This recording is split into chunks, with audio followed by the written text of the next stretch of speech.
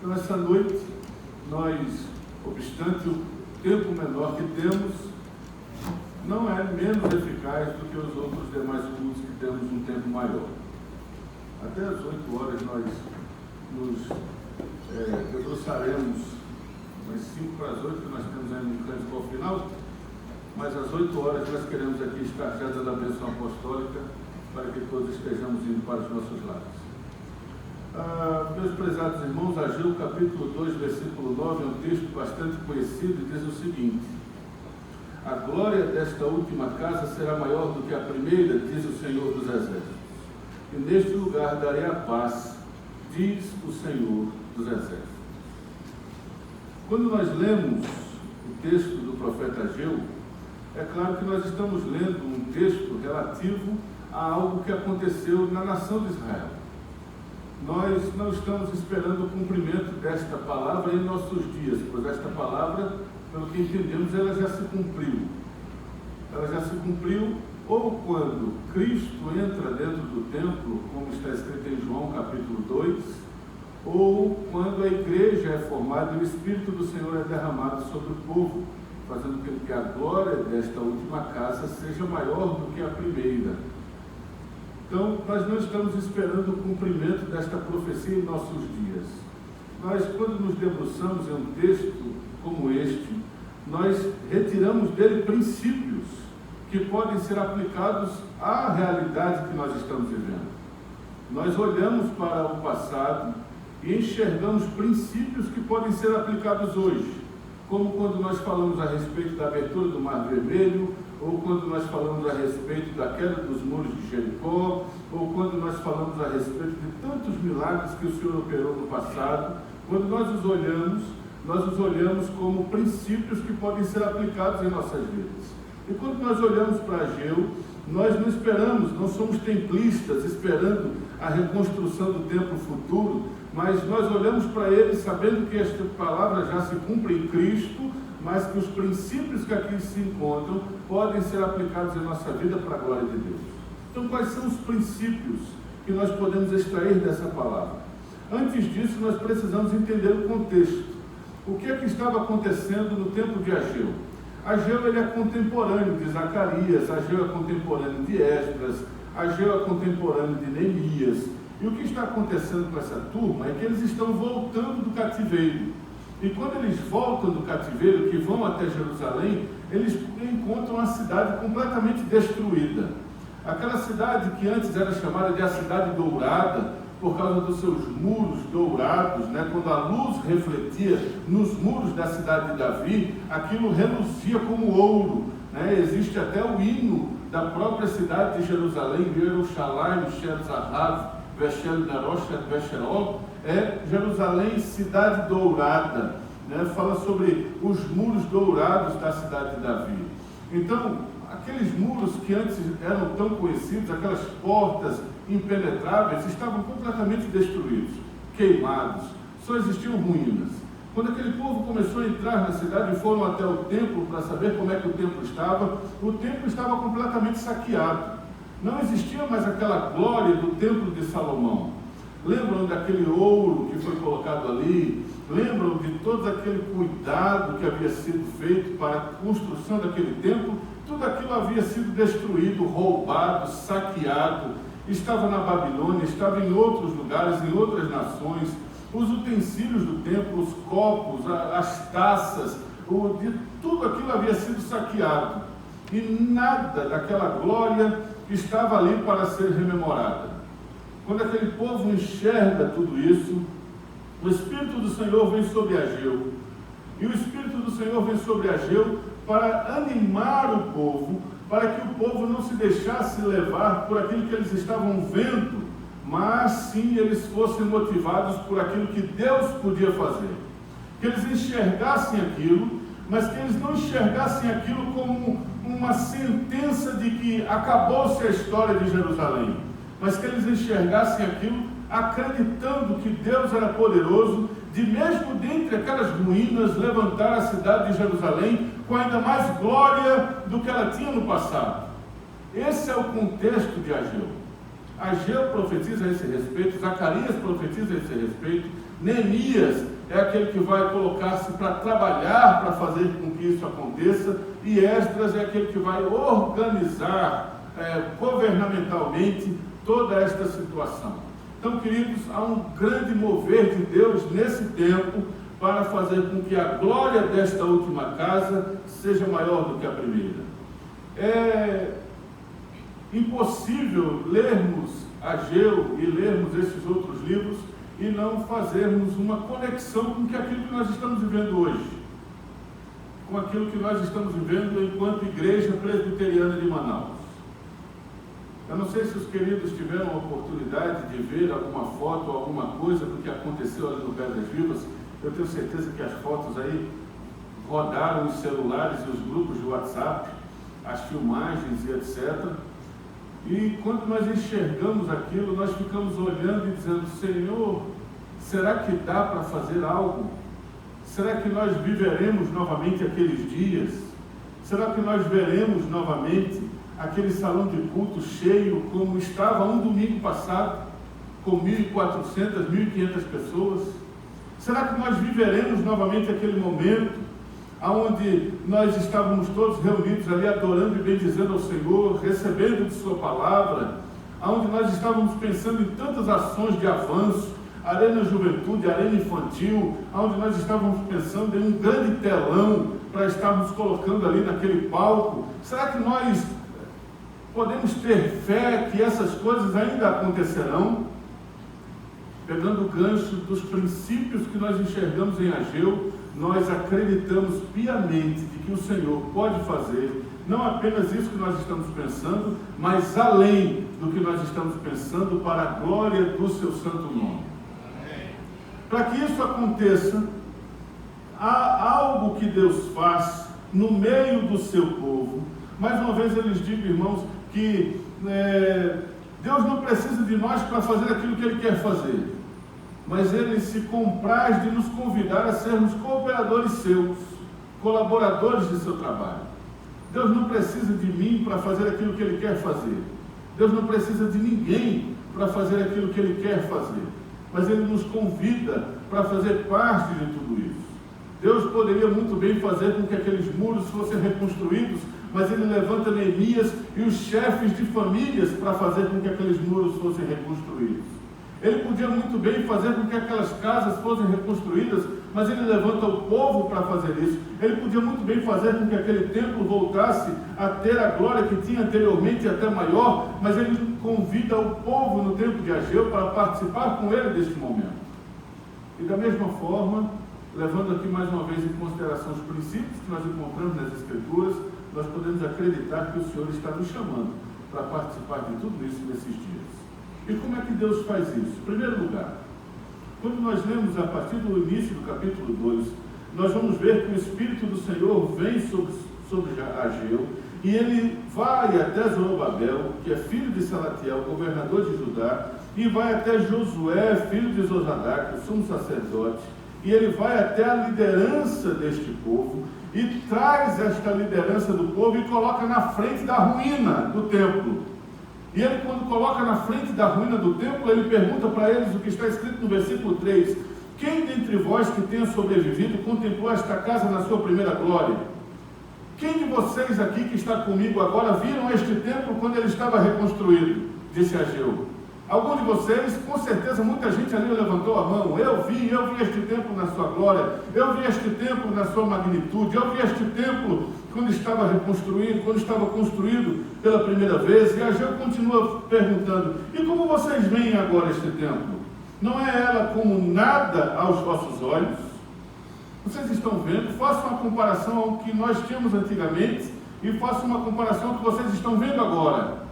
Não é isso que nós temos agora como nada, comparado àquilo que nós tínhamos. Não é isso como nada, comparado à glória que nós tínhamos desse lugar. Ageu está perguntando aos seus líderes. Estão todos ali, irmão Marcos, diante da ruína, diante do caos, diante da destruição. Estão todos ali diante de uma situação calamitosa. E Ageu está perguntando: comparem o que nós tínhamos antes com o que nós temos agora. Realmente isso que nós temos agora não é como nada. E ele continua dizendo, no versículo 4, ora, pois, sê forte, Zorobabel, diz o Senhor, e sê forte, Josué, filho de Josadaque, sumo sacerdote, e tu, todo o povo da terra, sê forte, diz o Senhor, e trabalhai, porque eu sou convosco, diz o Senhor dos exércitos. Vocês estão vendo isso daqui?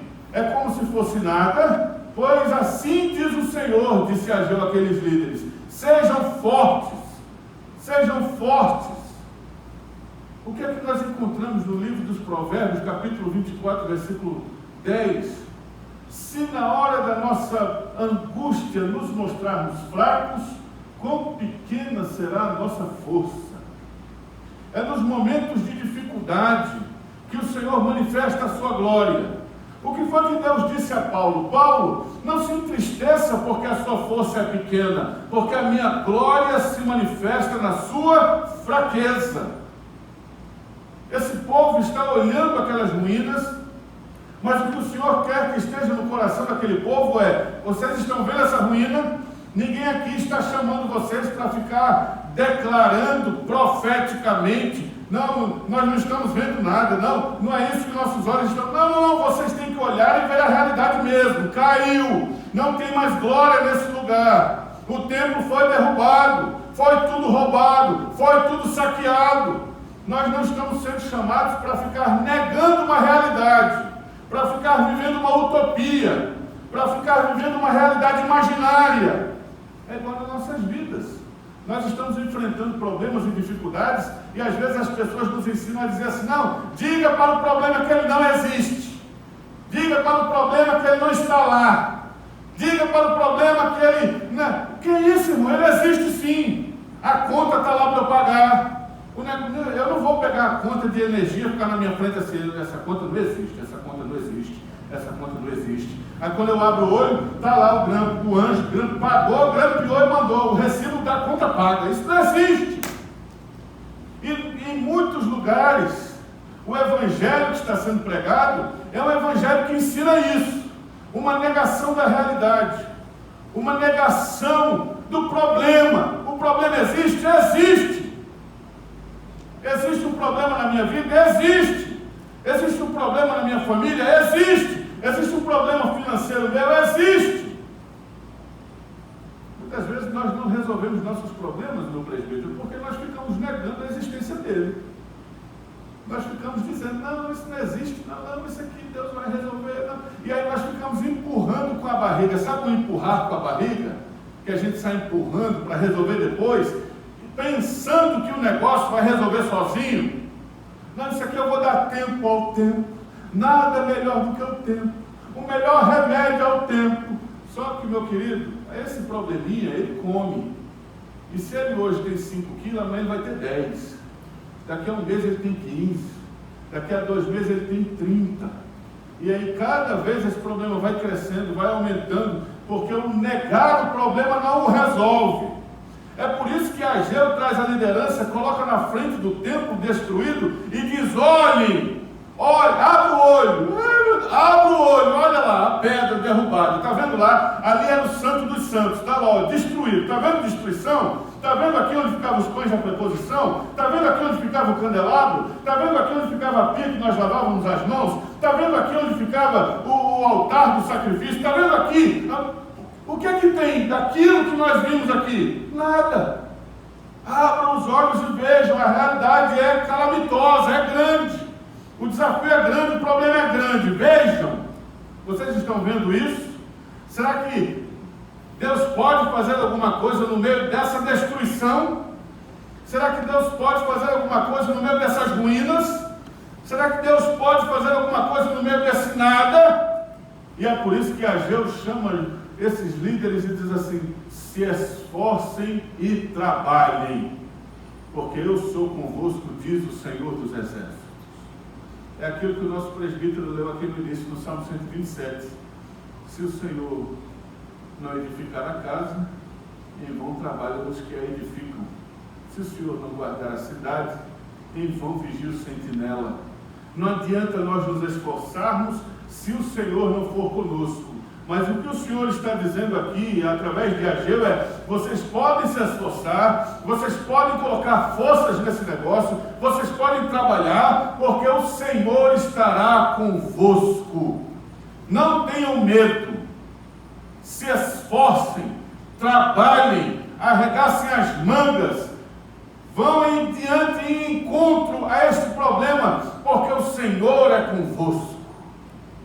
E esse mesmo princípio é aplicado em nossa realidade enquanto igreja presbiteriana e é aplicado em nossas vidas pessoais, particulares, individuais. Há problemas em nossa vida para serem resolvidos? Há? Claro que há. Se aqui nesta noite eu perguntar quem tem problema, levanta a mão. Tem gente que vai levantar até os pés.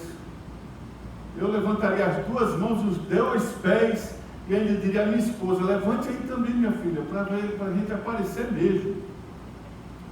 Todo mundo aqui tem problema. Todo mundo aqui tem alguma situação para resolver. Ninguém aqui vem zerado. Todo mundo tem alguma coisinha que precisa de algo de Deus, uma coisinha, uma coisona. E aí, diante desta situação, o que é que a gente faz? Nós vamos recuar e tentar deixar o problema se resolver per si? Ou iremos nós arregaçar as mangas e dizer: vamos resolver esse negócio? Vamos resolver esse problema? Porque o Senhor é conosco, então Ele nos dará condições de resolver essa situação, seja na nossa vida pessoal, seja na nossa família, seja na faculdade, seja no trabalho, seja onde for. Nós precisamos arregaçar as mangas e resolver o problema, porque o Senhor está conosco. A gente não pode cair nesse comodismo: eu entreguei a Deus. Sabe aquele pessoal que diz que entregou a Deus? E que ele não entregou a Deus, ele não quer resolver. Porque vai doer aqui, vai doer acolá, e vai ficar vivendo com isso até quando? Precisamos resolver nossas situações. Tem aí alguma coisa para resolver, mas eu tenho que chamar fulano para resolver. Chame. Talvez o Espírito Santo já esteja trabalhando no coração dele, porque quando você chamar, ele vai dizer: eu estava esperando mesmo você me chamar, o Senhor falou comigo que você ia me chamar. Nós precisamos estar dispostos a resolver nossas situações. Este é o primeiro princípio. Ageu leva o pessoal, coloca na frente das ruínas, abre o olho de todo mundo e diz: enxergue aqui o desastre, enxerguem, vejam, vocês estão vendo isso?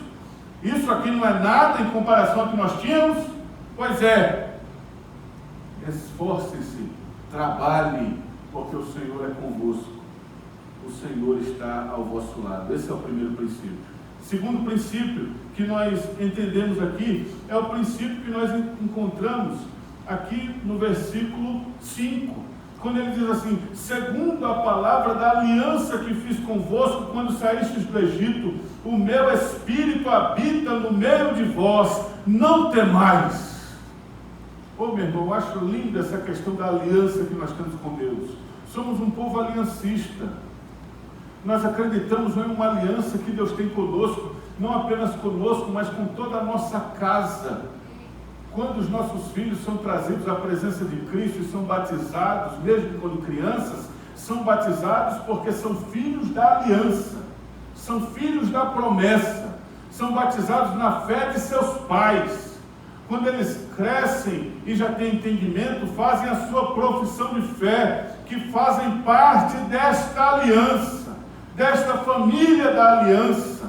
E quem garante a continuidade, a preservação dessa aliança, não sou eu nem é você, é o Senhor. Quem me garante que eu vou chegar até o grande dia diante de Deus como salvo é Deus, não sou eu. Porque se fosse eu estaria perdido. Se a minha salvação dependesse de mim, eu estaria perdido. Mas a minha salvação não depende de mim, a minha salvação depende exclusivamente de Deus.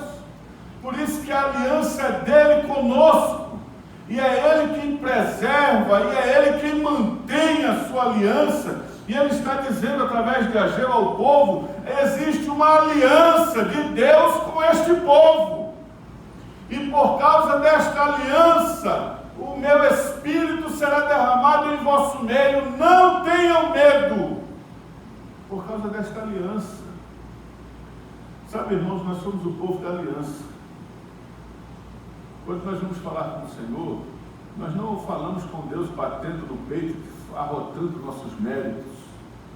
Nós, quando falamos com Cristo, falamos com Ele pelos méritos de Jesus e confiados na aliança que Ele tem conosco. Senhor, o Senhor tem uma aliança comigo, Senhor. Senhor, lembra-te da tua aliança. Lembra-te, Senhor, das tuas promessas. O que foi que fez Daniel, irmã Fernanda, entender que existia uma promessa feita quando ele começa a buscar a Deus para que Deus retire eles do cativeiro? Ele lembrou-se da aliança que Deus tinha com o povo. E por causa dessa aliança ele coloca-se de joelho e começa a orar: Senhor, lembra-te da tua aliança, lembra-te da tua palavra, lembra-te da tua promessa. Já se passaram 70 anos, Senhor. O Senhor disse que o Senhor nos traria de volta para a nossa terra. E o Senhor escuta a oração de Daniel e atenta para a sua aliança. Por que é que nós vivemos confiadamente todos os dias da nossa vida? Por causa da aliança que Deus tem conosco.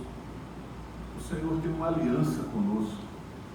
O Senhor tem uma aliança com nossos filhos. O Senhor tem uma aliança com a nossa família.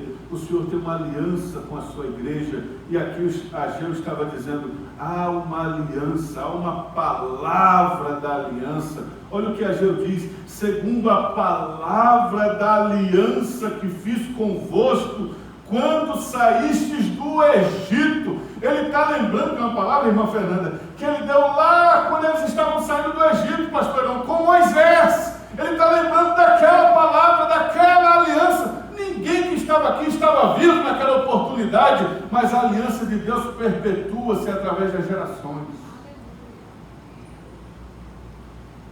Irmãos, Cristo não vindo nesta geração, nem na próxima, nem na próxima, nem na próxima, eu, como alcançado por Deus, e esta aliança que alcança a minha vida, alcançará meus filhos, netos, bisnetos, trinetos, tataranetos, tatataranetos, tatataranetos, tatatatatatatatá.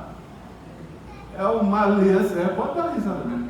É uma aliança que Deus faz conosco, que abençoa toda a nossa descendência, abençoa toda a nossa família, toda a nossa casa. Por isso que quando o Senhor nos alcança, quando nós somos alcançados, nós somos os primeiros a serem alcançados na nossa casa, Ele muda a história de toda a nossa linhagem dali para frente. Toda essa turma faz parte da aliança de Deus. E é esta aliança que está sendo invocada aqui. E por último, os irmãos já podem subir, que a gente já vai entoar mais um cântico ao Senhor, por favor. Eu prometi que a gente ia terminar às 8 horas. Que a gente começa a pregar, se anima, quer ir longe, né? Mas eu prometi a gente terminar às 8. E por último, terceiro princípio. O Senhor disse para Ageu assim: minha é a prata, meu é o ouro, diz o Senhor dos Exércitos. A glória desta última casa será maior do que a primeira, diz o Senhor dos Exércitos. E neste lugar darei a paz, diz o Senhor dos Exércitos.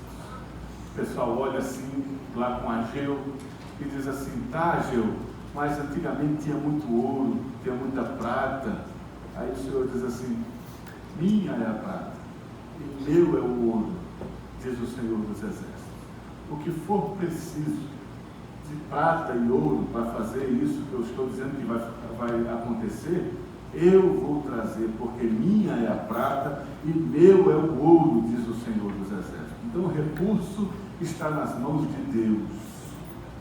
O que precisa, meu querido irmão, para resolver a situação, tomando agora o princípio, para resolver os problemas de nossa vida, o recurso, o Senhor tem.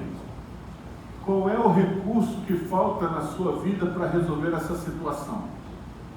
Talvez você esteja aqui esta noite e você esteja dizendo: é para eu querer resolver a situação, mas eu não tenho recursos para resolver. Os recursos estão com o Senhor. Ele tem os recursos.